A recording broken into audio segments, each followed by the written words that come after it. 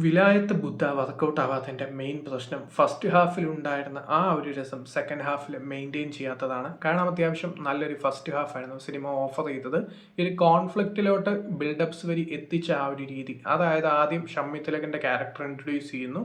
So ആ ഒരു ക്യാരക്ടറിൻ്റെ പൊളിറ്റിക്സും, അതാരാണ്, എന്താണ്, അദ്ദേഹത്തിന് വന്ന ഒരു നാണക്കേട് കാരണം അദ്ദേഹം ആ ഒരു പ്രസിഡന്റ് സ്ഥാനം രാജിവെക്കേണ്ടി വരുന്നു. അങ്ങനെ അദ്ദേഹം ആ ഒരു നാണക്കേട് മറയ്ക്കാൻ ഒരു പ്ലാൻ കണ്ടുപിടിക്കുന്നു. പക്ഷേ ആ ഒരു പ്ലാൻ വർക്കൗട്ട് ആവുമോ ഇല്ലയോ എന്നുള്ളതാണ് ഈ ഒരു സിനിമയുടെ മേജർ ആയിട്ടുള്ള സംഭവം. സോ അങ്ങനെ പോകുന്ന ഒരു മൂവിയാണ് വിലായത്ത് ബുദ്ധ. ഈ ഒരു ഷമ്മി തിലകൻ്റെ ക്യാരക്ടർ വെൽ എസ്റ്റാബ്ലിഷ് ചെയ്ത് 10-20-25 മിനിറ്റ് കഴിഞ്ഞിട്ടാണ് ഈ ഒരു പൃഥ്വിരാജിൻ്റെ ക്യാരക്ടറിന് ഇൻട്രൊഡക്ഷൻ വരുന്നത്. ഈ ഒരു ഡബിൾ മോഹൻ ഇരട്ടപ്പേരിട്ട് വിളിക്കുന്ന ഈ ഒരു ചന്ദനക്കടത്തുകാരനായിട്ടുള്ള ഈ ഒരു ക്യാരക്ടർ, സോ ഈ ഒരു കഥാപാത്രത്തിനോടുള്ള ആരാധനയാണ് പ്രിയംവദയുടെ ക്യാരക്ടറിന്, ഐ മീൻ ഈ ഒരു ചന്ദനക്കടത്തുകാരനോടുള്ള ഒരു ആരാധന. സോ അങ്ങനെ ആണ് ഇവയുടെ ആ ഒരു ലവ് ട്രാക്ക് പോകുന്നത്.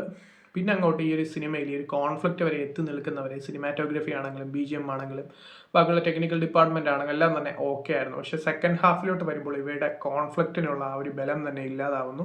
അവിടെയാണ് സിനിമയുടെ പ്രധാന പ്രശ്നം. ഫസ്റ്റ് ഹാഫിൽ നോക്കുകയാണെങ്കിൽ പെർഫോമൻസ് വൈസ് ഷമ്മി തിലകൻ്റെ പെർഫോമൻസ് എടുത്ത് പറയണം. പൃഥ്വിരാജ് ആണെങ്കിലും എല്ലാവരും തന്നെ നല്ലതായിരുന്നു. പക്ഷേ സെക്കൻഡ് ഹാഫിലോട്ട് എത്തുമ്പോഴത്തേക്കും ആ ഒരു പെർഫോമൻസസ് ഒന്നും കാര്യമായിട്ട് നമുക്ക് തോന്നുന്നില്ല. കാര്യമായിട്ട് ഷമ്മി തിലകനൊക്കെ ഏറെക്കുറെ ആ ഒരു പെർഫോം ചെയ്യാൻ നോക്കുന്നുണ്ടെങ്കിൽ ആ ഒരു ക്യാരക്ടറിൻ്റെ ആ ഒരു ബലവും സംഭവങ്ങളൊന്നും സെക്കൻഡ് ഹാഫിലോട്ട് വരുമ്പോഴത്തേക്കും അങ്ങ് ഫീൽ ചെയ്യുന്നില്ല എന്നുള്ളതാണ് ഈ ഒരു സിനിമയുടെ പ്രധാന പ്രശ്നം.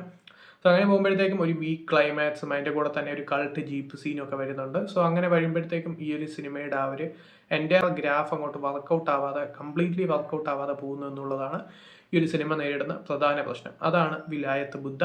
സോ പ്രോമിസിങ് ഫസ്റ്റ് ഹാഫും ഒരു മേജർ ലെറ്റ് ഡൗൺ ആയിട്ടുള്ള സെക്കൻഡ് ഹാഫും വീക്ക് ക്ലൈമാക്സുമാണ് മൂവിയുടെ പ്രധാന പ്രശ്നം. സോ താല്പര്യമുള്ളവർ കണ്ടു നോക്കാം. ഇതിപ്പോൾ തിയേറ്റേഴ്സിൽ അവൈലബിൾ ആണ്.